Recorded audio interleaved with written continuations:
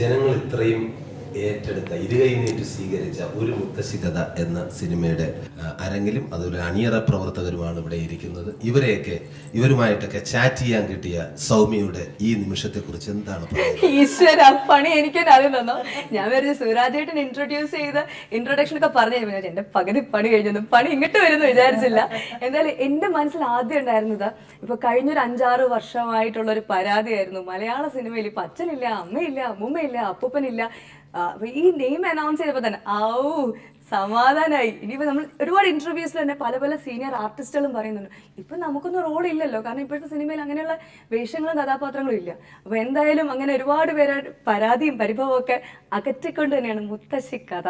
അപ്പൊ എന്തായാലും നമ്മള് മുത്തശ്ശി വളരെ എന്താ പറയാ ഒരു റോക്കിംഗ് മുത്തശ്ശിയും തന്നു. അപ്പോൾ എന്താണ് നമ്മുടെ ഈ മുത്തശ്ശി കഥ എന്നത് ഈ ഒരു കാലഘട്ടത്തിൽ ആക്ച്വലി പരാതി മാറ്റാൻ തന്നെയായിരുന്നു ഉദ്ദേശിച്ചത്. സൗമ്യ കണ്ടോ, പടം കണ്ടോ? സത്യസന്ധമായി പറയുകയാണെങ്കിൽ എനിക്ക് കാണാൻ പറ്റിയില്ല. കണ്ടതിന് ശേഷം ഇങ്ങനെയുള്ള പരിപാടിക്കൊക്കെ വരാം. എന്താ സൗമ്യ കാണാതെ? അല്ല, കാണണമെന്നുണ്ടായിരുന്നു. ഞാൻ സിനിമ റിലീസ് ചെയ്യുന്നതിന് മുന്നേ ഞാൻ പോയതാണ് നാട് വിട്ട്. ഞാൻ ഇന്ന് വന്നതേ ഉള്ളൂ. ഇന്നലെ രാവിലെ എത്തിയുള്ളൂ. ഇന്ന് കണ്ടിരിക്കും, ഡെഫിനറ്റ്ലി കണ്ടിരിക്കും കേട്ടോ. അതിന്റെ കപ്പിത്താൻ പറയും. അതിനു മുമ്പ് അതിലെ നമ്മുടെ ലീഡിങ് ക്യാരക്ടർ മുത്തശ്ശിയാണ് ഇനി സംസാരിക്കാൻ പറയുന്നത്. പറയൂ, ഒരു 1.5 മുത്തശ്ശിയായിട്ടോ. ജൂഡ് കൊണ്ടുവന്ന ഒരു പുതിയ മുത്തശ്ശിയാണ് ഞാൻ. എൻ്റെ പേര് രാജിനി ചാണ്ടി. മുത്തശ്ശി കഥ എന്നുള്ള പേര് ഇടാൻ വേണ്ടിയിട്ട് അല്ലെങ്കിൽ മറ്റേ മുത്തശ്ശിമാര് ഇല്ല, അച്ഛനമ്മമാരില്ല, അങ്ങനെ ഒരു പരാതി തീർക്കാൻ വേണ്ടി ചെയ്തതല്ല. അങ്ങനെ പരാതി കേട്ടിട്ടുണ്ട് ഞാൻ. പക്ഷെ അത് എനിക്ക് വിഷമം ഉണ്ടാക്കിയിട്ടുണ്ട്. കാരണം പുതിയ പടങ്ങളിൽ എല്ലാവരും മൊത്തത്തിൽ അങ്ങ് പറയിച്ചപ്പോൾ വിഷമമുണ്ടായി. അങ്ങനെ പരാതി മാറ്റാൻ വേണ്ടി ചെയ്ത സിനിമയല്ല. ഞാൻ കഴിഞ്ഞ പടം കണ്ട ശേഷം കേട്ട ഒരുപാട് കഥകളുണ്ടായിരുന്നു. പക്ഷേ ഈ കഥ ആണ് എനിക്ക് മനസ്സിൽ ഇഷ്ടപ്പെട്ടത്. ഒരു വെറൈറ്റി. ഇപ്പം എല്ലാവർക്കും വെറൈറ്റി വേണം എന്നുള്ള ബഹളം. എന്നാൽ പിന്നെ വെറൈറ്റി കൊടുത്തേക്കാം. അവർക്ക് വെറൈറ്റി വേണം. വെറൈറ്റി അപ്പോൾ മാക്സിമം വെറൈറ്റിയാണ്. കാരണം 2 മുത്തശ്ശിമാർ ബേസിക് മെയിൻ ഇതായിട്ട് ഒരു പടം ചെയ്യാന്ന് പറഞ്ഞാൽ ഭയങ്കര റിസ്ക് ആണ്. എന്നോട് എല്ലാവരും കഥ എഴുതി കഴിയുന്നവരെ ഈവൻ വിനീത് എന്നോട് ഒരു ചോദിച്ചാൽ എടാ മുത്തശ്ശിമാരെ എന്താവും, ഞാൻ ഒരു സ്ക്രിപ്റ്റ് കഴിഞ്ഞിട്ട് പറയാം എന്ന് പറഞ്ഞാൽ സ്ക്രിപ്റ്റ് വായിച്ച് കഴിഞ്ഞാൽ വിനീതിന് ഭയങ്കര കോൺഫിഡൻസ്. എന്നോട് പറഞ്ഞാൽ അത് നല്ല സാധനം. അപ്പോൾ വിനീത് ഓക്കെ പറഞ്ഞോട് പിന്നെ എനിക്ക് ധൈര്യമായി. നോക്കാനില്ല. അപ്പോൾ അങ്ങനെ തുടങ്ങി. പിന്നെ വിനീത് ഉണ്ടാവുമെന്ന് ഉറപ്പായിരുന്നു പടത്തിൽ. അപ്പോൾ നമുക്ക് മെയിൻ ബലം അതൊക്കെയാണ്, ഒരാൾ സപ്പോർട്ട് ചെയ്യാൻ ഉണ്ടാവുക എന്നുള്ളത്. അങ്ങനെ വിശ്വാസം ചെയ്തു. പിന്നെ കഥ നല്ലതാണെങ്കിൽ എല്ലാവരും ഏറ്റെടുക്കും. അത് ഇപ്പോഴത്തെ കാലത്ത് അങ്ങനെ സ്റ്റാറിന്റെ പടം നോക്കി പോകുന്ന ആൾക്കാർ കുറവാണ്. അല്ലെങ്കിൽ കഥ എല്ലാവർക്കും ഇഷ്ടമാവും എന്നുള്ളൊരു വിശ്വാസത്തിന്റെ പുറത്ത് മാത്രമാണ് ഈ സിനിമ ചെയ്തത്. അപ്പോൾ മുത്തശ്ശി അതിനകത്തൊരു മെയിൻ ക്യാരക്ടർ വരുന്ന 2 മുത്തശ്ശിമാരാണ്. അപ്പോൾ ഒരാൾ ഈ മുത്തശ്ശിയാണ്, ഒരാൾ വേറൊരു കിടലും മുത്തശ്ശിയാണ്. ശബ്ദം കൊണ്ട് മലയാള സിനിമ കീഴടക്കിയ ഭാഗ്യലക്ഷ്മി ചേച്ചി. അതിന്റെ ബേസിക് കാര്യങ്ങൾ ഇത്രയാണ്. ഞാൻ പറഞ്ഞ എനിക്ക് ഭാഗ്യമായിട്ട് ഈ സിനിമയിൽ വന്ന എല്ലാവരും ഉണ്ട്. പ്രത്യേകിച്ച് നമ്മുടെ വെഞ്ഞാറമൂട് ചേട്ടൻ, സുരാജ് ചേട്ടൻ എന്ന് പറഞ്ഞു കഴിഞ്ഞാൽ ഇപ്പൊ പടം കണ്ടു കഴിഞ്ഞപ്പോ അതല്ല വേറൊരാൾക്ക് അത് ചെയ്താൽ എങ്ങനെയാവുമെന്ന് എനിക്കറിയില്ല. കാരണം ഒരു അങ്ങ് വേറെ രീതിയിൽ പടം പോയി അങ്ങനെ കയറി. ഇത് കറക്റ്റ് ഒരു പാവം മോൻ, അതായത് ഭാര്യയുടെ അമ്മയുടെ ഇടയിൽ കിടന്ന് ഞെരുങ്ങുന്ന. അതെ, നമ്മുടെ നാട്ടിലെ പല എന്താ പറയാ പുരുഷ കേസരികളും കീഴടങ്ങി പോകുന്ന, അല്ലെങ്കിൽ എന്താ പറയാ ഏറ്റവും ദുർബലരാവുന്ന ഒരു വീട് എന്ന് പറഞ്ഞാൽ കല്യാണം കഴിഞ്ഞു.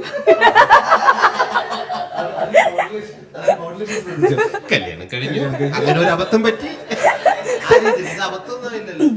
വളരെ സന്തോഷത്തോടുകൂടിയ അമ്മായിയമ്മേ ഞാനും ഇങ്ങനെ എന്താ പറയാ ഒരുമിച്ച് പല വീടുകളിലും പറയും, അയ്യോ എന്റെ വീട്ടിൽ അങ്ങനെ വിഷയമൊന്നുമില്ല, ഞാനും അമ്മായിയമ്മയൊക്കെ വളരെ സോൾവാ. ഇത് പറച്ചിലേ ഉള്ളൂ. സത്യം പറഞ്ഞാൽ ഇതൊക്കെ ഉള്ളിൽ ഒതുക്കി വെച്ചിട്ട് അടി നടക്കാത്ത വീടുകളില്ല. എന്ന് വെച്ചാൽ എല്ലാ വീടുകളിലല്ല, ചില വീടുകളിലൊക്കെ ചെറിയ പൊട്ടിത്തെറി, തീപിടുത്തം വരെ ചില. എന്റെ ഒരു എക്സ്പീരിയൻസ് പറഞ്ഞാൽ മതിയെങ്കിൽ എന്റെ സൗമ്യക്ക് വിഷയമല്ല, അമ്മായിയമ്മ ഊമയാണെന്ന്.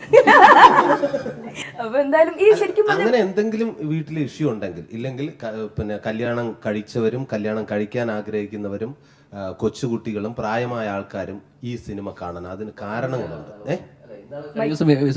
ഒറ്റമൂലിയാണ് ഈ സിനിമ. ഒറ്റമൂലിയാണ്. പ്രശ്നങ്ങൾ, ചെറിയ പ്രശ്നങ്ങളൊക്കെ സംഭവിക്കാത്ത വീടുകളില്ല. ചില സ്ഥലത്ത് ഞാൻ നേരത്തെ പറഞ്ഞ പോലെ പൊട്ടിത്തെറി, വൻ തീപിടുത്തമൊക്കെ ഉണ്ടായിട്ടുണ്ട്. ഇതിനൊക്കെ അവോയ്ഡ് ചെയ്യാൻ ഈ ഒരു സിനിമ കണ്ടാൽ മതി. അതിനൊരു ചരടുണ്ട്. എന്താണ് വിഷയമെന്ന് നമ്മൾ തിരിച്ചറിഞ്ഞാൽ മതി. തിരിച്ചറിയേണ്ട വിഷയം ഇത്രയേ ഉള്ളൂ. എനിക്ക് തോന്നിയിട്ടുള്ളത്, ഒന്ന് പ്രായമായ ആൾക്കാർ ചിന്തിക്കുന്നതും അവർ ആഗ്രഹിക്കുന്നതും അവരുടെ പ്രവൃത്തി എന്താണെന്നുള്ളത് നമുക്കറിയില്ല. നമ്മൾ ആഗ്രഹിക്കുന്നതും ചിന്തിക്കുന്നതൊക്കെ എന്താണെന്നുള്ളത് പ്രായമായ ആൾക്കാരും അറിയില്ല. ഇത് ഇവർ അറിഞ്ഞു കഴിഞ്ഞാൽ ഉറപ്പായിട്ടും വിഷയങ്ങളിൽ നിന്നെല്ലാം മാറി ഇതിനേക്കാൾ, ഇപ്പം നിങ്ങൾ നന്നായിട്ടാണ് കുടുംബജീവിതം കൊണ്ടുപോകുന്നത്, ഇതിനേക്കാൾ സന്തോഷകരമായിട്ട് കൊണ്ടുപോകാൻ സാധിക്കും. അതിന് ഒറ്റമൂലി എന്താണെന്ന് പറഞ്ഞാൽ ഒരു മുത്തശ്ശി കഥ. അത് ഒരു മുത്തശ്ശിയല്ല, ഒരു 1.5 മുത്തശ്ശിയാണ്. കാരണം ഈ മുത്തശ്ശി ഞാൻ കോട്ടയത്ത് വെച്ച് ആദ്യമായിട്ട് എന്നെ പരിചയപ്പെടുത്തി ജൂഡ് വിളിച്ചു പറഞ്ഞു, ചേട്ടാ ഇതാണ് ആ മുത്തശ്ശി. ഞാൻ പറഞ്ഞു, ഇത് വല്ല മോഡലിങ്ങിനെങ്ങാനുള്ള ആളാണോ എന്ന് പറഞ്ഞപ്പോൾ ഞാൻ മാഡം എന്ന് വിളിച്ച് പരിചയപ്പെട്ടപ്പോൾ എനിക്ക് ആദ്യമേ അവരുടെ റെസ്പെക്ട് തോന്നിയത് എന്നോട് മുത്തശ്ശി പറഞ്ഞു, എന്നെ ഈ മാഡം ഇടപോകുന്നെന്നും വിളിച്ചിട്ട് അങ്ങോട്ട് അകറ്റരുത് പ്ലീസ്, എന്നെ മുത്തശ്ശി എന്ന് വിളിക്കേ. സാധാരണ ഒരു ലേഡി ആരെങ്കിലും നമ്മൾ കാണും മാഡം എന്ന് വിളിച്ചില്ല എങ്കിൽ അവര് എക്സ്ക്യൂസ് മീ അങ്ങനെ അമ്മച്ചി എന്ന് വിളിക്കണ്ട, എന്നെ മാഡം എന്ന് വിളിക്കുക എന്ന് പറയുന്ന ആൾക്കാരെയും ഞാൻ കണ്ടിട്ടുണ്ട്. പക്ഷെ ഇത് ആദ്യമേ തന്നെ മുത്തശ്ശി ആ മനസ്സ് തുറന്ന് തന്നെ പറഞ്ഞു, എന്നെ മുത്തശ്ശി എന്ന് വിളിച്ചാൽ മതി, ഐ എം എന്തോ 65 വയസ്സാടാ എന്ന് പറഞ്ഞു. ഞെട്ടിപ്പോയി. ഇത് കണ്ട് 65 തോന്നുന്നു. നമ്മൾ കൈരളി ടി വി എന്ന് പറഞ്ഞപ്പോൾ അമ്മച്ചി എന്നോട് ആദ്യം പറഞ്ഞ എന്താ അറിയോ, ആദ്യം കൈരളി ടി വി സ്റ്റാർട്ട് ചെയ്ത സമയത്ത് നമ്മുടെ ചാനലിൽ എയറോബിക്സ് ഒക്കെ ചെയ്തിട്ടുണ്ടെന്ന്. അത് ആക്ച്വലി ഞാൻ തന്നെ ഒന്ന് ഞെട്ടിപ്പോയി. ഇത് എനിക്ക് തോന്നുന്നു പുള്ളിക്കാരത്തി ഉള്ളിൽ കുറെ കാര്യങ്ങളൊക്കെ ചെയ്ത് വെച്ചിട്ടുണ്ട്, നമുക്ക് അറിയാനുള്ള സമയം വരുന്നത്. 4 മണിക്ക് എഴുന്നേറ്റ് ജിമ്മിൽ പോകുന്ന ആളാണ്. ഈശ്വര, അപ്പൊ എല്ലാ രീതിയിലും നമുക്കൊരു ഇൻസ്പിറേഷൻ തന്നെയാണ്. തീർച്ചയായിട്ടും ഈ മുത്തശ്ശിയെ കണ്ട് പഠിക്കും എല്ലാവരും. അത്രത്തോളം ഒരുപാട് കാര്യങ്ങൾ, ഹിഡൻ ടാലൻസ് ഒരുപാട് നമ്മൾ പുറത്തേക്ക് എന്താ പറയുക സ്റ്റെപ്പ് ബൈ സ്റ്റെപ്പ് ആയിട്ട് പുറത്തേക്ക് കൊണ്ടുവരും. അതാണ് വയസ്സായ ആൾക്കാർക്ക് ഒരുപാട് ആഗ്രഹമുണ്ട്, അവർക്ക് ഇനി ഒരുപാട് കാര്യങ്ങൾ ചെയ്തു തീർക്കാനുണ്ട്. ഇതൊന്നും നമ്മളെപ്പോലുള്ള ആൾക്കാർ അറിയില്ല. നമ്മൾ വിചാരിക്കും അമ്മ ഇനിയിപ്പോൾ പ്രായമായിട്ട് എന്ത് ചെയ്യാം, അവരവിടെ എങ്ങനെ ഇരിക്കട്ടെ എന്ന് ചിന്തിക്കുന്ന പല പിന്നെ മക്കൾമാരുണ്ടെങ്കിൽ, ഇല്ലെങ്കിൽ മക്കളൊക്കെ ഉണ്ടെങ്കിൽ അവരെത്രയും പെട്ടെന്ന് ഈ സിനിമ കാണുക. ഇനിയും അവർക്ക് ഒരുപാട് ചെയ്യാനുള്ള അവസരങ്ങളുണ്ട് അല്ലേ? കറക്റ്റ് അല്ലേ? കറക്റ്റ്. പിന്നെ ഇതായിരിക്കുകയാണ് വിനീത് ശ്രീനിവാസൻ. ശരിക്കും എനിക്ക് ജനിക്കാതെ പോയ എൻ്റെ അച്ഛനാണ്. എൻ്റെ അച്ഛനാന്ന്. കാരണം വേറെ ഒന്നുമല്ല, സിനിമ കണ്ടവർക്ക് അത് ക്ലിയർ ആക്കി കൊടുക്കട്ടെ. ഇനി ഇല്ല എങ്കിൽ അതിൽ കയറി ഇനി കൗണ്ടർ അടിച്ചുകൊണ്ടിരിക്കും. അതായത് ഈ സിനിമയിൽ ഈ മുത്തശ്ശി, അതായത് എൻ്റെ അമ്മയുടെ പിന്നെ കാമുകനാണ്, പഴയ കാമുകനാണ്. പറയാമോ? സർപ്രൈസ് ഒക്കെ പൊളിഞ്ഞു കഴിഞ്ഞു നമ്മൾ സിനിമ റിലീസ് ചെയ്ത്. ബാക്കി ഇന്റർവ്യൂലൊക്കെ ഇല്ല, എനിക്ക് അത് എന്താണെന്ന് റിവീൽ ചെയ്യാൻ പറ്റില്ല എന്നൊക്കെ പറഞ്ഞിങ്ങനെ നിൽക്കുക. എന്തായാലും നമ്മൾ സിനിമ ഒക്കെ കണ്ടു കഴിഞ്ഞു, കാര്യങ്ങളൊക്കെ അറിയാം, അച്ഛനും അമ്മയൊക്കെ ആരാണെന്നൊക്കെ ഞങ്ങൾക്ക് അറിയാം. വിനീത് ശ്രീനിവാസന് പിറക്കാതെ പോയ മകനാണ് സുരാജിലേക്ക്. എന്തായാലും അത് കൊള്ളാം. അങ്ങനെയൊക്കെ വരും പത്രത്തിൽ. വേദനയോടെ ഞാനത് സ്വീകരിക്കുന്നു. സുരാജ് വെഞ്ഞാറമൂടിന്റെ അച്ഛനായി വിനീത് ശ്രീനിവാസൻ സ്ക്രീനിൽ എത്തുന്നു എന്നൊക്കെ പറഞ്ഞിട്ട് എന്തായാലും അത് സിനിമ റിലീസ് ചെയ്യുന്നതിന് മുമ്പ് റിവീൽ ചെയ്യാത്തുണ്ട്, അല്ലെങ്കിൽ ഇങ്ങനെയൊക്കെയുള്ള അച്ഛനായിട്ടല്ല, പിറക്കാതെ പോയ അച്ഛൻ. അതാണ്. അതെ. Okay okay okay. ഇത് എൻ്റെ മകളാണ്. അതെ, അപർണ. എന്താ പറയുക, ഇവർ രണ്ടുപേരുടെയും ഒരു ഫസ്റ്റ് സോങ് വന്നപ്പോൾ, അപർണ ഇതിലുണ്ടെന്ന് അറിയാം, നിങ്ങൾ രണ്ടുപേരും സോങ് വന്നപ്പോഴാണ് എന്താ സംഭവം. ആക്ച്വലി ഒരു റെട്രോ സ്റ്റൈലിൽ പഴയ നമ്മുടെ ക്യാമ്പസിലൊക്കെ കാണുന്ന പോലത്തെ ഹെയർ സ്റ്റൈലൊക്കെ വെച്ചിട്ട് ഇപ്പം വിനീതിൻ്റെ പടം കണ്ടപ്പോൾ നമുക്ക് പെട്ടെന്ന് എനിക്ക് പാവം രാജകുമാരിലെ ശ്രീനിവാസൻ സാറിനെയാണ് ഇപ്പം ശരിക്കും ഓർമ്മ വന്നത്. ആ മീശയില്ലാത്ത അപ്പിയറൻസ് ഒക്കെ ഞങ്ങൾ നിങ്ങളുടെ വരണ വഴിക്ക് അത് പറയുകയുണ്ടായി. അപ്പോൾ ആ ഒരു പഴയ സ്റ്റൈലിൽ അതെന്താണ് എന്ന് സിനിമ കണ്ടവർക്കൊക്കെ അറിയാം. അമ്മച്ചിയുടെ എന്താ പറയുക പഴയ പ്രണയം അവതരിപ്പിക്കുന്നതായിരുന്നു. നിങ്ങൾ രണ്ടുപേരും ഫ്രണ്ട്സ് ആണെന്ന് എനിക്കറിയാം. ഗുരു ശിഷ്യൻ പറഞ്ഞു, എങ്ങനെയുണ്ടായിരുന്നു ഗുരുവും ശിഷ്യനും തമ്മിലുള്ള ആ ഒരു? ഇപ്പോഴേ എന്താ പറയുക ഇരുത്തിക്കൊണ്ട് പൊക്കി പറഞ്ഞല്ല, രണ്ടുപേരുടെയും ഒരു മെയിൻ ക്വാളിറ്റി, രണ്ടുപേരും നായകന്മാരാണല്ലോ. വിനയം എന്നുള്ള സാധനം, അവളുടെ പേര് വിനയാന്ന് പറഞ്ഞിട്ടിരുന്നു, നീ കറക്റ്റ് ആയിരുന്നു. അതായത് വിനീതിനെ ഞാൻ കാണുന്നത് ഫസ്റ്റ് മലർവാടി ആർട്സ് ക്ലബ്ബിൽ ഞാൻ അന്ന് ക്ലാബ് ബോയ് ആയിരുന്നു. അപ്പോൾ ഞാൻ അന്ന് ഫസ്റ്റ് മറ്റേ എൻ്റെ കയ്യിലൊരു ബോർഡുണ്ട്, ക്ലാബ് ബോർഡും കൊണ്ട് പടത്തിന് സംവിധായകൻ എടുത്ത് ഞാൻ പറഞ്ഞു എൻ്റെ പേര് സിജോ, അന്ന് എൻ്റെ പേര് സിജോ എന്നായിരുന്നു. അപ്പോൾ നമസ്കാരം എന്ന് പറഞ്ഞു. അന്നും ഇന്ന് രാവിലെ കാണുമ്പോഴും നമസ്കാരം. അതായത് എന്നോട് കാണിക്കുന്ന സ്നേഹവും അന്ന് ഇന്നും എല്ലാവരോടും ചെയ്യുന്ന ഒരേ സ്വഭാവമാണ്. അല്ലാതെ ഒരാളോട് ഭയങ്കര വിനയം, മറ്റൊരാളോട് ഭയങ്കര അഹങ്കാരം, അങ്ങനെയുള്ളത്. അപ്പോൾ എൻ്റെ അന്ന് മുതൽ ഗുരുവും ഫ്രണ്ടും എന്ത് കാര്യത്തിന് ഓടിച്ചെല്ലാവുന്ന ഒരാളാണ്. അപ്പോൾ ഈ കഥയുടെ ഞാൻ പറഞ്ഞില്ല, ഈ പടം ചെയ്യാനുള്ള ഒരു സ്ട്രെങ്ത് എനിക്ക് കിട്ടിയത് വിനീതാണ്. വിനീതിനെ ഞാൻ വെച്ചപ്പോൾ തന്നെ വിനീതിൻ്റെ കൂടെ നിൽക്കുന്ന നല്ലൊരു പെണ്ണിനാണെന്നൊക്കെ പറയാൻ കാസ്റ്റിങ്ങോളൊക്കെ കിട്ടും. പക്ഷേ എനിക്ക് ആരെയും അങ്ങോട്ട് കറക്റ്റായിട്ട് കിട്ടുന്നില്ല. അപ്പോൾ അങ്ങനെ ഇരിക്കുമ്പോഴാണ് എൻ്റെ ഭാര്യ പറഞ്ഞു, ആ പറഞ്ഞ നല്ല മഹേഷിൻ്റെ പരിഹാരത്തിൽ ഞാൻ കൂട്ടി വെറുതെ വിളിച്ചു നോക്കിയതാ. അപ്പൊ അവളാണെങ്കിൽ ഭയങ്കര ഹംശാന്തി ചോദിച്ചാണ് ഡയറക്ടറിനൊക്കെ പറഞ്ഞു. അപ്പൊ ഞാൻ പറഞ്ഞു ഓക്കെ, എന്നോട് ഇത്തിരി വിലയുള്ള ആളെ വെക്കാം. അപ്പോഴാണ് എന്നെയും കിട്ടിയത്. എങ്ങനെയുണ്ടായിരുന്നു ശിഷ്യന്റെ കൂടെ വർക്ക് ചെയ്യുന്ന ഒരു എക്സ്പീരിയൻസ്? അല്ല, ഇവൻ ഗുരു എന്നൊക്കെ വിളിക്കുമെങ്കിലും നമ്മൾ മര്യാദയ്ക്ക് ഗുരുവായി മാറാറുണ്ട്. ശരിക്കും ഗുരു ആണെങ്കിൽ ഇടയ്ക്കിടയ്ക്ക് സത്യമാണ് കേട്ടോ, ഗുരുവാവാറുണ്ട്. അല്ല, എങ്ങനെയുണ്ടായിരുന്നു സുരാജ് ചേട്ടന്റെ എക്സ്പീരിയൻസ്? എനിക്കൊന്നും പറയാനില്ല. അല്ല, നമുക്കറിയാം ഒരു ആംഗ്രി യങ് മാൻ ആണ്. ഫേസ്ബുക്കിലെ പുള്ളിയുടെ പോസ്റ്റിലൊക്കെ കണ്ടെങ്കിൽ അറിയാം, എന്താ പറയുക പൊട്ടിത്തെറിക്കുന്ന ആത്മരോഷമുള്ള ഒരു വ്യക്തിയാണ്. അതുപോലെ ഭയങ്കര സ്നേഹമുള്ളവർ എപ്പോഴും ഇത്രയൊക്കെ ഉണ്ടല്ലോ, ഈ അമ്മയോട് പോലും അവൻ പറയും, പക്ഷെ എന്നോട് ഇതുവരെ എതിർത്തൊരു വാക്കും പറഞ്ഞിട്ടില്ല. നല്ല വർത്താനം. ഇന്നലെ എന്തായിരുന്നു സുരേട്ട? നല്ല വർത്താനം. പെട്ടെന്ന് വിനീത് എന്നെ നോക്കി, എന്താ അവസ്ഥ? സത്യം ഇന്നലെ ഞാൻ കരഞ്ഞുപോയി. ഇപ്പൊ തന്നെ വന്നിട്ട് ഇത്രയും ചിരിക്കുകയാണ്. അപ്പോൾ നിങ്ങൾ തമ്മിലൊരു കെമിസ്ട്രി, ആക്ച്വലി നല്ലൊരു കെമിസ്ട്രി ഉണ്ടായിരുന്നു. അത് സംസാരിച്ച് തുടങ്ങിയപ്പോൾ തന്നെ എനിക്ക് ഒരു പരിചയമില്ലാത്ത ഒരാളാട്ടോ, ഞാൻ ഇവരായിട്ട് ഒരു ബന്ധമില്ല, ഇവർ ആദ്യമായിട്ട് കാണുന്ന ആളാണ്. ക്യാമറയ്ക്ക് മുന്നിൽ അങ്ങനെയൊക്കെ പറഞ്ഞാൽ മതി. എപ്പോ എന്തായാലും ഇപ്പൊ വന്നിട്ട് ഞാൻ തന്നെ ഇരുന്ന് ചിരിക്കുന്നു. അപ്പൊ നിങ്ങളുടെ ഒരു എന്താ പറയുക അടിപൊളി കെമിസ്ട്രി എന്തായാലും വർക്ക്ഔട്ട് ആയിട്ടുണ്ട്. അപ്പോൾ അതുപോലെ തന്നെ സുരാജേട്ടൻ നമ്മൾ നേരത്തെ സംസാരിച്ച് വന്നൊരു ടോപ്പിക്ക് നമ്മൾ കൈവിട്ടുപോയി. എന്താ പറയുക, നമ്മുടെ കേരളത്തിൽ അല്ലെങ്കിൽ പല പല വീടുകളിലുമുള്ള ഒരു പുരുഷൻ്റെ റെപ്രസെൻറ്റേറ്റീവ് ആണ് സുരാജേട്ടൻ്റെ ക്യാരക്ടർ എന്ന് പറയുന്നത്. കാരണം അമ്മയും വേണം, ഭാര്യയും വേണം, മക്കളും വേണം. ഇങ്ങനെ ഒരു ക്യാരക്ടർ ഡെവലപ്പ് ചെയ്യുമ്പോൾ ആരൊക്കെയായിരുന്നു മനസ്സിൽ? ജൂഡ് തന്നെയാണ്. അല്ല, ഇത് ജൂഡിന്റെ കല്യാണത്തിന് ശേഷമാണ് ജൂഡി സിനിമ ചെയ്യുന്നത്. ഞാനെന്താ അറിയാം, ഞാനത് പറയാൻ ഞാൻ സമ്മതിക്കുകയാണ്. കാരണം എന്താ പറയുക, ഞാൻ ഭയങ്കര പോസിറ്റീവായിട്ട് എൻ്റെ വീട്ടിൽ ഒരു പ്രശ്നങ്ങളൊന്നുമില്ല, അങ്ങനെ ഭാര്യയും അമ്മയും സ്നേഹത്തിലാണെന്ന് ഞാൻ പറഞ്ഞിട്ട് അത് കണ്ണ് വെച്ചിട്ട് വേണം വീട്ടിൽ പ്രശ്നമാണ്. അതുകൊണ്ട് ഞാൻ പറയാം ഭയങ്കര പ്രശ്നമാണ് വീട്ടിലാടി എന്ന് പറഞ്ഞാൽ പൊരിഞ്ഞാടി. ഞാൻ വെറുതെ പറഞ്ഞല്ല, ഫേസ്ബുക്കിൽ ഞാനും എൻ്റെ ഭാര്യയും കൂടി ഉള്ളൊരു ഫോട്ടോ ഞാൻ ഇട്ടിട്ടുണ്ടെങ്കിൽ അന്ന് വൈകുന്നേരം ഞാൻ ഭാര്യ തമ്മിൽ അടിയിരുന്നു. ദൃഷ്ടിദോഷം. അതുകൊണ്ട് ഞാൻ പറയുന്നത് ഭയങ്കര അടിയാണ്. എൻ്റെ ഈ കഥ മൊത്തം ഞാൻ ഉണ്ടാക്കിയത് എൻ്റെ വീട്ടിൽ നിന്ന് തന്നെയാണ്. ഭയങ്കര പ്രശ്നമാണ്, ഒരു രക്ഷയില്ലാത്ത അടിയാണ്. പ്രത്യേകിച്ച് സ്ക്രിപ്റ്റിംഗ് ഒന്നും വേണ്ടി വന്നില്ല, നേരെ എല്ലാ ദിവസം രാവിലെ എഴുന്നേൽക്കുക, ഇത് കണ്ടുകൊണ്ടിരിക്കുക. അല്ല, ശരിക്കും പറഞ്ഞാൽ ഈ അമ്മമാരുടെ ഈ ജനറേഷൻ സ്ക്രിപ്റ്റിംഗ് ഒന്നും വേണ്ടി വന്നിട്ടില്ല. രാവിലെ ഒരു ഫോട്ടോ എടുക്കാം, അത് കംപ്ലീറ്റ് എഴുതി വെക്കാം. ശരിക്കും പല വീടുകളിലും ഇപ്പം നമ്മൾ അറിയാമെങ്കിൽ പോലും നമ്മൾ സിനിമയായിട്ടൊന്നും അങ്ങനെ കണ്ടില്ല. ഇതെല്ലാം പറഞ്ഞു അവസാനം പിന്നെ സൗമ്യ പറയണം, എന്റെ വീട്ടിലെ ഡെയിലി കുഴപ്പം പറഞ്ഞു അറിയാതെയൊക്കെ പറഞ്ഞു വരുമെന്ന് നോക്കാം. അല്ല, ഇത് ഇപ്പൊ കേൾക്കുമ്പോൾ എല്ലാവരും എനിക്ക് പ്രായമുള്ള ആൾക്കാരുടെ പ്രശ്നങ്ങൾ പറയണ ഭയങ്കര ബോറൻ സബ്ജക്റ്റുകൾ തോന്നും. പക്ഷെ ഞാൻ ഉദ്ദേശിക്കുന്നത്, ഞാൻ കവി ഉദ്ദേശിച്ചത് എഴുതിയപ്പോൾ ഞാൻ ഉദ്ദേശിക്കുന്നത് നമ്മളെല്ലാവരും സ്കൂളിൽ പഠിക്കുന്ന സമയത്ത് നമുക്ക് പഠിക്കാൻ ഉണ്ടാവും, പരീക്ഷ ഉണ്ടാവും. അത് നമ്മൾ പാസ്സായിട്ട് നമ്മൾ ജോലി കിട്ടാൻ വേണ്ടി നമ്മൾ ഇങ്ങനെ നടക്കും. ജോലി കിട്ടി കഴിഞ്ഞാൽ ഉടനെ ഒരു പെണ്ണ് കിട്ടാൻ വേണ്ടി അന്വേഷിച്ചിട്ട് നാട്ടിൽ മൊത്തം പെണ്ണ് കിട്ടില്ല, വേറെ നാട്ടിൽ നിന്ന് പെണ്ണ് കിട്ടുന്നതിനെ പോലെ. അതിനുശേഷം ഒരു കൊച്ചുണ്ടാവും. കൊച്ചുണ്ടാക്കി കഴിഞ്ഞാൽ അതിനെ വലുതാക്കണം, അതിന് സ്കൂളിൽ പഠിപ്പിക്കണം, അതിന് കോളേജ് പഠിപ്പിക്കണം, അതിൻ്റെ മാരേജ് ഉണ്ടാവും. അതിന് മാരേജ് കഴിയുമ്പോഴേക്കും നമ്മൾ ഒരു പരുവായിക്കണം, ഒരു പ്രായമൊക്കെയാണ്. അപ്പോൾ നമ്മൾ മടുത്ത് ഇനിയിപ്പോൾ എന്ത് ജീവിതം. ശരിക്കും പറയുകയാണെങ്കിൽ അവിടെ മുതലാണ് ജീവിതം സ്റ്റാർട്ട് ചെയ്യുന്നത്. നമ്മൾ മറ്റുള്ളവർക്ക് വേണ്ടി ജീവിച്ച് തീർത്തു, ഇനി നമുക്ക് വേണ്ടി ജീവിക്കാനുള്ള ഒരു 50-55 വയസ്സ് കഴിഞ്ഞാൽ ഫുൾ ടൈം ഫ്രീ ആണ് നമ്മൾ അവിടെ നിന്ന് ലൈഫ് തുടങ്ങണം എന്നാണ് കവി ഉദ്ദേശിച്ചത്. സിനിമ കാണുന്നവർക്ക് അത് കിട്ടിയിട്ടില്ലെങ്കിൽ ഇപ്പൊ കിട്ടിക്കോളൂ, ഇതാണ് ഞാൻ ഉദ്ദേശിച്ചത്. ശരിക്കും അമ്മച്ചി എങ്ങനെയാണ് വീട്ടില്? അടിച്ചു പൊളിച്ച് ജീവിക്കുന്ന ടൈപ്പാ. ഞാൻ ഇപ്പം ജൂഡ് പറഞ്ഞ കാര്യത്തിൽ ഞാൻ എഗ്രി ചെയ്യുന്നു. എത്രയായാലും 60-65 വയസ്സിൽ നമുക്ക് തലവേദന, കാലുവേദന, നടുവേദന ഉണ്ടാവും. പക്ഷെ എനിക്ക് ആയി എന്ന് പറഞ്ഞാൽ ഞാൻ ഇരുന്ന് പോയാൽ ഞാൻ ഇരുന്ന് പോകും. എൻ്റെ കേസിൽ ഞാൻ 5 മണിക്ക് എണീക്കും, 4-4:30 ആകുമ്പോൾ ഞാൻ എണീക്കും. 5 മണിക്ക് ഞാൻ F3 എൻ്റെ ഹെൽത്ത് ക്ലബ്ബിൽ എത്തിയിട്ടുണ്ടാവും. 6:30 വരെ ഞാൻ അവിടെ എക്സസൈസ് ചെയ്യും. 6:30 വീട്ടിൽ വരും. വീട്ടിൽ വന്നു കഴിഞ്ഞാൽ അതിന് മുമ്പ് ഞാൻ ബാഡ്മിൻ്റൺ കളിക്കാൻ പോകുമായിരുന്നു. അപ്പം 6:30 വീട്ടിൽ വന്ന് രാവിലെ ബ്രേക്ക്ഫാസ്റ്റ് അല്ലെങ്കിൽ ലഞ്ച് ഇത് കഴിഞ്ഞു ഞാൻ ഇറങ്ങി എൻ്റെ സോഷ്യൽ ആക്ടിവിറ്റീസ് എന്തൊക്കെയാണോ. ആര് വിളിച്ചാലും എനിക്ക് വരാൻ പറ്റില്ല എന്ന് ഞാൻ പറഞ്ഞിട്ടില്ല. അവിടെ ഞാൻ എത്തിയിരിക്കും. പുതിയ ജനറേഷൻ ഇത് കേട്ട് പഠിക്കണം കേട്ടോ.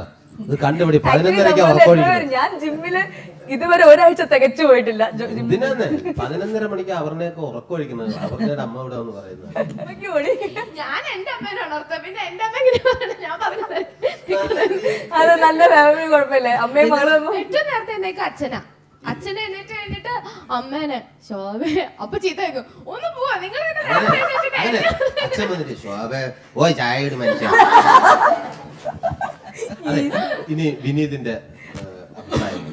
വിനീത് 2 വാക്ക് പറയുക, ഒപ്പം നല്ലൊരു പാട്ട്. അതെ, അതിലേക്ക് സുരേട്ടാ ഞാനിത് കേട്ട് എൻജോയ് ചെയ്തോണ്ട്. അതെ, ഞാൻ ആക്ച്വലി ഇതിലേക്ക് വരുമ്പോഴത്തേക്ക് അത് സ്ലിപ്പ് ചെയ്ത് അങ്ങോട്ടും ഇങ്ങോട്ടൊക്കെ പോകുമ്പോ അതൊക്കെ മാക്സിമം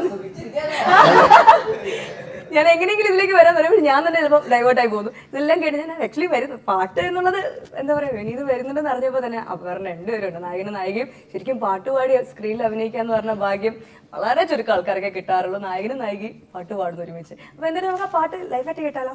ഓക്കെ, 2 പേരും കൂടെ പാടിക്കണം. തെന്നൽ നിലാവിന്റെ കാതിൽ ചൊല്ലി, മണ്ണിൽ മഴത്തുള്ളി മെല്ലെ ചൊല്ലി, തേനൂറുമാവാക്കു നിൻ കാതില ചൊല്ലാം ഞാൻ. തെന്നൽ നിലാവിന്റെ കാതിൽ ചൊല്ലി, മണ്ണിൽ മഴത്തുള്ളി മെല്ലെ ചൊല്ലി.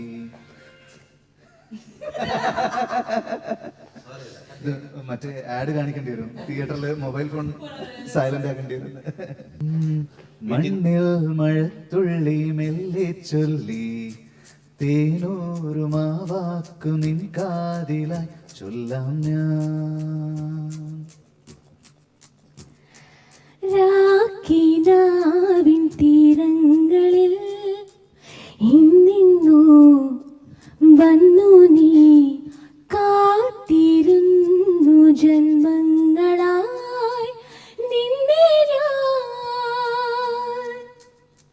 തെന്നൽ നിലാവിൻ്റെ കാതിൽ ചൊല്ലി മണ്ണിൽ മഴത്തുള്ളി മെല്ലെ ചൊല്ലി തേനൂറുമാവാക്കു നിൻ കാതിലായി ചൊല്ലാം ഞാൻ.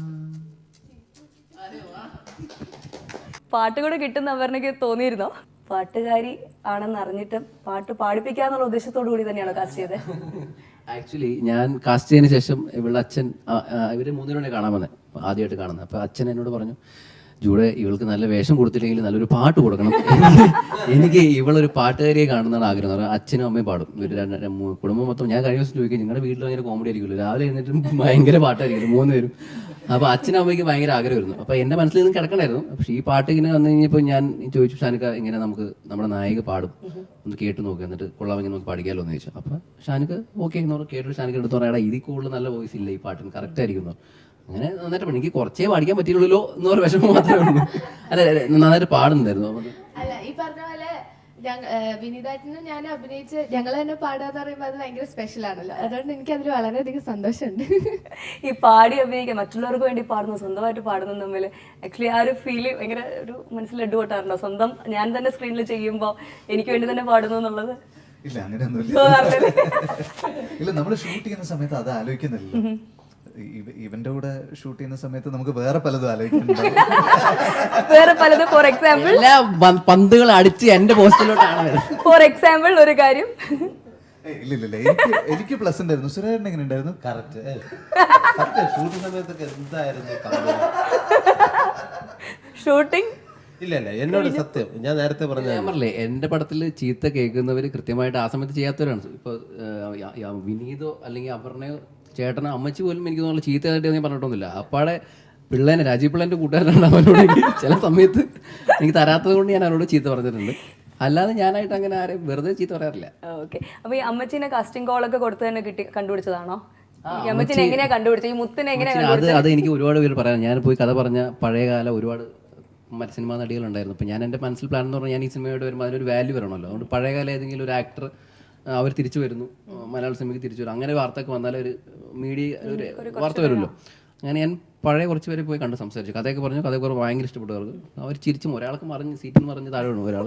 അപ്പോൾ അത്ര കോമഡി കേട്ട് ഞാൻ വിളിച്ചു രക്ഷപ്പെട്ടു, ഡേറ്റ് കിട്ടി. അപ്പോൾ ലാസ്റ്റിനോട് പറഞ്ഞു, ഈ റൗഡി മുത്തശ്ശി എന്ന് തന്നെ വിളിക്കുന്നതുകൊണ്ട് നമുക്ക് ആ മുത്തശ്ശി എന്നുള്ളത് മാറ്റിയിട്ട് എന്തെങ്കിലും ആക്കാൻ പറ്റുമോ? അപ്പോൾ ഞാൻ പറഞ്ഞു, അത് മുത്തശ്ശി പിന്നെ വേഷം ചട്ടയും കൊണ്ടുമാണ്. അപ്പോൾ അവർക്ക് എൻ്റെ സെക്കൻഡ് എൻട്രിയിൽ ഞാനൊരു അമ്മച്ചിയായിട്ട് വരുവാണെങ്കിൽ മുത്തശ്ശിയായിട്ട് വരുവാണെങ്കിൽ പിന്നെ മൊത്തം ഞാൻ മുത്തശ്ശിയായി പോകും, അതുകൊണ്ട് പ്ലീസ് എന്നെ ഒഴിവാക്കണം എന്ന് പറഞ്ഞു. ഓക്കെ എന്ന് പറഞ്ഞാൽ അങ്ങനെ 5 പേരെടുത്ത് ഞാൻ ഈ കഥ പറഞ്ഞു. 5 പേര് നോ പറഞ്ഞപ്പോൾ എനിക്ക് ഡെസ്പായി പോയി. ഞാനിനി എന്ത് ചെയ്യുന്നതായി പോയി. അപ്പോൾ എൻ്റെ മനസ്സിൽ തോന്നി, ദൈവം ഇത് വേറെ ആർക്കോ പുതിയൊരാൾക്ക് വെച്ചിരിക്കുന്നതായിരിക്കും ഈ വേഷം. അങ്ങനെ പത്രത്തിൽ ഒരു പരസ്യം കൊടുത്തു. ഇത്രയും പഴയ കാലത്ത് നിങ്ങൾക്ക് പണ്ട് മലയാളത്തിൽ വരണം, മലയാള സിനിമയിൽ വരണം ആഗ്രഹം ഉണ്ടായി, പക്ഷെ വയസ്സായി, ഇനിയിപ്പോൾ വരാനായി, അങ്ങനെയുള്ള ആരെങ്കിലും ഉണ്ടെങ്കിൽ ധൈര്യമായി കടന്നു വരും, ഞാനുണ്ടെന്ന് പറഞ്ഞൊരു വാർത്ത കൊടുത്തു. അത് കണ്ടിട്ടാണ് ആൻറ്റി എൻ്റെയും ആൻറ്റിയുടെ ഒരു കോമൺ ഫ്രണ്ട് മജു എന്ന് പറഞ്ഞു, എൻ്റെ ഫ്രണ്ട് അവൻ. അപ്പോൾ അവനെ വിളിച്ചു പറഞ്ഞു, എടാ മജു നീ ജൂഡിനോട് പറ എന്ന് പറഞ്ഞു. അപ്പോൾ അവൻ എന്നെ വിളിച്ചു, എടാ ഒരു ആൻറ്റി ഉണ്ട് എന്ന് പറഞ്ഞു. അപ്പോൾ ഞാൻ ചെന്നു, വീട്ടിൽ ചെന്നു, ഒരു സീൻ വെറുതെ കൊടുത്തു. ഞാൻ ആൻറ്റി ഇത് ചെയ്ത് കാണിക്കുമെന്ന് വെച്ചു. പിന്നെ കാണിച്ചാൽ പോരെ എന്ന് വെച്ചാൽ മതി എന്ന് പറഞ്ഞു. കുറച്ച് വേഗം ചായ കൊണ്ടുവന്ന ആളെ എന്നോട്, മോൻ്റെ വീടോടെ? ഞാൻ പറഞ്ഞു, ഇവിടെ അടുത്ത. എന്നാൽ പിന്നെ വീട്ടിൽ തന്നെ എന്താ പറയുക, എന്തിനാ ഇങ്ങോട്ട് വരുന്നത്? അത് പടത്തിലെ സീനായിരുന്നു, ഞാൻ കൊടുത്ത സീനായിരുന്നു. അത് അവിടെ തന്നെ സ്പോട്ടിൽ കാണിച്ചു തന്നെ. അപ്പൊ ഞാൻ ഇത് മതി. അപ്പൊ ഈ ആക്ച്വലി ഇങ്ങനെ ഒരു മോഹം എപ്പോഴാണ് സ്റ്റാർട്ട് ചെയ്തത്? പണ്ടേ ഉണ്ടായിരുന്നോ? നായികയായിട്ട് വരാനൊക്കെ ആഗ്രഹിച്ചിട്ടുണ്ടായിരുന്നോ? എനിക്ക് അങ്ങനെ സിനിമയിൽ അഭിനയിക്കണമെന്നൊരു മോഹം അങ്ങനെ ഉണ്ടായിട്ടില്ല. പക്ഷേ എനിക്ക് ഒരു കേപ്പബിൾ ആണോ എന്നൊരു ഫീലിംഗ് എനിക്ക് എപ്പോഴും ഉണ്ടായിരുന്നു. എന്തും ചെയ്യാം, എന്തെങ്കിലും ചെയ്യണം ലൈഫിൽ നിന്നുണ്ടായിരുന്നു. അപ്പം പലരിടത്തും ശ്രമിച്ചു നോക്കി, എല്ലാവരും കിളവിയായി, വയസ്സായി, തലമുടി നരച്ചു എന്നൊക്കെ പറഞ്ഞ് റിജക്റ്റ് ചെയ്തു. അപ്പം അങ്ങനെ ഇരിക്കുമ്പോഴാണ് ജൂഡ് ഇതുപോലൊരു നല്ലൊരു ഓഫറും കൊണ്ട് വന്നു. പിന്നെ ഞാൻ മാപ്പിള എന്നാ പറയാ, എൻ്റെ ഹസ്ബൻഡ് ഭയങ്കര സപ്പോർട്ട് ചെയ്തു, അതുകൊണ്ട് ഞാൻ അഭിനയിച്ചു. അല്ല, അമ്മച്ചി പണ്ട് സിനിമയിൽ വന്നിരുന്നെങ്കിൽ ഒരു അത് പണ്ടത്തെ ഫോട്ടോസ് കണ്ടപ്പോഴാണ് ഞങ്ങൾക്കൊക്കെ മനസ്സിലായത് പണ്ട് സിനിമയിൽ വന്നിരുന്നെങ്കിൽ. ഞാൻ അമ്മച്ചിയുടെ വീട്ടിൽ ഈ കഥയൊക്കെ പറഞ്ഞ സമയത്ത് ഒരു പഴയ ആൽബം തന്നു. അപ്പോൾ ഒരു പെങ്കൊച്ച് ഇങ്ങനെ ഇങ്ങനെ നമ്മുടെ ഇതൊക്കെ ഇട്ട് നാളെ സ്വിമ്മിങ് സൂട്ടൊക്കെ ഇട്ട് നടക്കാം അവർ കഴിക്കണം. അപ്പൊ ഞാൻ ഇത് കൊള്ളാലേ കൊച്ചു, ഞാൻ ഇത് ആരാൻറ്റി, അത് ഞാനാ പുത്ര, എന്നെ പഴയ ഫോട്ടോ ഞാൻ വകയിലേതെങ്കിലും ബന്ധുവാരില്ലെന്ന് ചോദിച്ചതാ. അപ്പൊ അത് ഞാനാണത്രേ. അമ്മച്ചി വന്നിരുന്നെങ്കിൽ അമ്മച്ചി ഇവിടെ ഒരു പൊടി പൊടിച്ചതല്ലേ? ഒരു സ്റ്റാർ ഐശ്വര്യയൊക്കെ ഇപ്പൊ വരില്ലായിരുന്നു, കാരണം ഓൾറെഡി മലയാളം മറ്റേ ഇന്ത്യൻ സിനിമയിൽ 70s അത് വന്നതിന്. ഈ മുത്തശ്ശിനെ പോലെ ഒരുപാട് മുത്തശ്ശിമാർക്ക് ആഗ്രഹം ഉണ്ടാവാറുണ്ട് സിനിമയിൽ അഭിനയിക്കും, പക്ഷെ പലരും പുറത്ത് പറയാറില്ല അതിനെപ്പറ്റി. സൗമ്യ പറഞ്ഞത് സത്യമാണ്. അത് അവര് പുറത്ത് പറയില്ല, കളിയാക്കുമെന്നുള്ള പേടിയുണ്ട്. ഞാനിപ്പോ ഈ പ്രായത്തില് ഇങ്ങനെ പറഞ്ഞു കഴിഞ്ഞാൽ എനിക്ക് ഫേസ്ബുക്കിൽ മെസ്സേജ് വരാറുണ്ട്. അതുകൊണ്ടാണ് ഞാൻ ആക്ച്വലി ഒരു ഒരുപാട് പേര് പറയാറുണ്ട്, പക്ഷെ ഈ മക്കളെയും മരുമക്കളെയും വീട്ടിലുള്ള ആൾക്കാരെ പേടിച്ചിട്ടായിരിക്കും ഈ ഒരു ആഗ്രഹം പോലും ഈ ഒരു സിനിമയുടേതായിട്ട് ബന്ധപ്പെട്ട് പറയുകയാണെങ്കിൽ പലരും പുറത്ത് പറയാറില്ല. ഇത് പറഞ്ഞു കഴിഞ്ഞാല് സത്യം. അതിപ്പോൾ എൻ്റെ അച്ഛൻ മിലിറ്ററിയിലായിരുന്നു. അപ്പോൾ തിരിച്ച് ചിറയൻകീഴ് വന്നിറങ്ങിയിട്ടാണ് വെഞ്ഞാറമൂട്ടി വരുന്നത്. അപ്പോൾ എന്നും പ്രേം നസീർ സാറിൻ്റെ ആ വീട് വഴി അച്ഛൻ നടന്നു വരും. ഈ അടുത്ത സമയത്താണ് എന്നോട് അച്ഛനും പറഞ്ഞ്, എനിക്ക് ഭയങ്കര ആഗ്രഹമാണ്, പിന്നെ അതിനു വേണ്ടിയിട്ടാണ് ഞാൻ അദ്ദേഹത്തിനെയൊക്കെ ഒന്ന് കാണണം, സിനിമയിൽ ഒന്ന് മുഖം കാണിക്കണമെന്ന് ഒരുപാട് ആഗ്രഹിച്ചിരുന്നു. എന്തായാലും നിന്നിലൂടെ അത് സാധിച്ചല്ലോ. എവിടെയെങ്കിലുമൊക്കെ സൈഡ് വേഷം ഉണ്ടെങ്കിൽ എന്നെ കൂടെ വിളിക്കാൻ. കാര്യം അത്രയും പേഴ്സണലായിട്ട് ഉള്ള സമയത്താണ് ഇത് പറഞ്ഞത്. അപ്പോൾ അവരുടെ ഉള്ളിലും ഉണ്ട് എല്ലാവരും, പക്ഷെ തുറന്നു പറയാനുള്ളൊരു നമ്മുടെ സിനിമയിൽ ഒരു ഈ നടത്തിയല്ലോ നമ്മൾ പ്രായമുള്ള, അപ്പം അങ്ങനെ ഒരുപാട് പ്രായമുള്ള ആൾക്കാർ എനിക്ക് മെയിൽ വഴി ഫോട്ടോസൊക്കെ അയച്ചു തന്നു. അപ്പോൾ നമ്മുടെ ഓൾഡ് ഏജ് ഹോമിൽ അവസാനം കുറച്ച് ആൾക്കാരെ വേണമായിരുന്നു ഓൾഡ് ഏജ് ഹോമിൽ ഇരിക്കാനും, അവിടുത്തെ ഒരു കമ്മിറ്റി മെമ്പേഴ്സ് ആയിട്ട്. അപ്പോൾ അതിലൊരു കമ്മിറ്റി അംഗമായിട്ട് ഞാനൊരു പുള്ളിനെ വിളിച്ചു വരുത്തി. നമ്മുടെ പടത്തിൽ മെയിൽ അയച്ചെന്ന് ഒരാളെ വിളിച്ചു വരുത്തി. അയാളുടെ മോനും കൂടി വന്നേ. പുള്ളി വന്ന് നമ്മുടെ പടത്തിൽ 3 ദിവസം വന്ന് ചെയ്തിട്ട് പോയി. പിറ്റേ ആഴ്ച പുള്ളി മരിച്ചുപോയി പുള്ളി. അപ്പോൾ പുള്ളിയുടെ മോൻ എന്നെ വിളിച്ച് പറഞ്ഞ കാര്യം എന്ന് പറഞ്ഞാൽ, എൻ്റെ അച്ഛന് ഭയങ്കര ഒരു പടത്തിൽ വരുന്ന ആഗ്രഹം ഉണ്ടായി, അച്ഛൻ പുള്ളിയുടെ ആഗ്രഹം പൂർത്തീകരിച്ചിട്ടാണ് മരിച്ചതെന്ന് പറഞ്ഞാൽ എന്നോട് താങ്ക്സ് പറയും. എനിക്ക് സങ്കടം വന്നിട്ട് ഇപ്പോഴും അവൻ നമ്മുടെ പടം കണ്ടിട്ട് നമ്മുടെ പടത്തിലെ സീൻ സ്റ്റാർട്ട് ചെയ്യുന്നത് ഫസ്റ്റ് സീനിൽ പുള്ളിനെ വെച്ചിട്ട് തുടങ്ങുന്നത്. അപ്പോൾ അവനെ കണ്ടിട്ട് ഭയങ്കര ഇമോഷണൽ ആയിരുന്നു. കാരണം അച്ഛനെ ഒരിക്കലും ഒരു പടത്തിൽ അഭിനയിക്കുന്ന വിചാരിച്ചില്ല ജീവിതത്തിൽ. പക്ഷെ അത് മരിച്ചിട്ട് അത് ചെയ്തതിൻ്റെ പിറ്റേ ആഴ്ച ആൾ മരിച്ചുപോയി. ഇപ്പൊ ജൂഡ് പല കമന്റുകളൊക്കെ ഇട്ടിട്ട് ഒരുപാട് വെറുപ്പുകളൊക്കെ ആൾക്കാരൊക്കെ ഉണ്ടാക്കി വെച്ചിട്ടുണ്ട്. അവര് പോലും അത്യാവശ്യ ശത്രുക്കളൊക്കെ അല്ലേ, അത്യാവശ്യ ശത്രുക്കൾ ഉണ്ടാക്കി വെച്ചിട്ടുണ്ട്. അത് ഒരു കണക്കിന് ഇപ്പോൾ വിനീത് പറഞ്ഞ പോലെ ചിലപ്പോൾ സത്യം ഉള്ള കാര്യങ്ങളാണ്. ചില സത്യങ്ങളൊക്കെ പറയുമ്പോൾ മറ്റുള്ളവർക്ക് ഇഷ്ടപ്പെടില്ല. അങ്ങനെയുള്ള ആൾക്കാർ പോലും, പിന്നെ ശത്രുക്കളെന്ന് പറയുന്ന ആൾക്കാർ പോലും ഈ സിനിമ കണ്ടിട്ട് അവനെ അങ്ങേയറ്റം നന്നായിട്ടാണ് അവർ എഴുതി അറിയിച്ചിട്ടുള്ളത്. തൻ്റെ വാക്കുപോലെയാണ്, പക്ഷെ തൻ്റെ സിനിമയെ ഞങ്ങൾ അങ്ങേയറ്റം ഇഷ്ടപ്പെടുന്നു എന്നൊക്കെ പറഞ്ഞ് എഴുതുമ്പോൾ എന്തായാലും ആ സിനിമ അത്രയേറെ ശത്രുക്കളെ പോലും ടച്ച് ചെയ്തെന്നുള്ളതാണ്. ശരിക്കും. അപ്പോൾ തീർച്ചയായിട്ടും എൻ്റെ വക ഒരു ബിഗ് സല്യൂട്ട്. ബേസിക്കലി എല്ലാവരും കൂടെ നിന്ന ഒരു സിനിമയാണ്. കാരണം എനിക്ക് ആരെ കൊണ്ടും ഒരു ഇപ്പൊ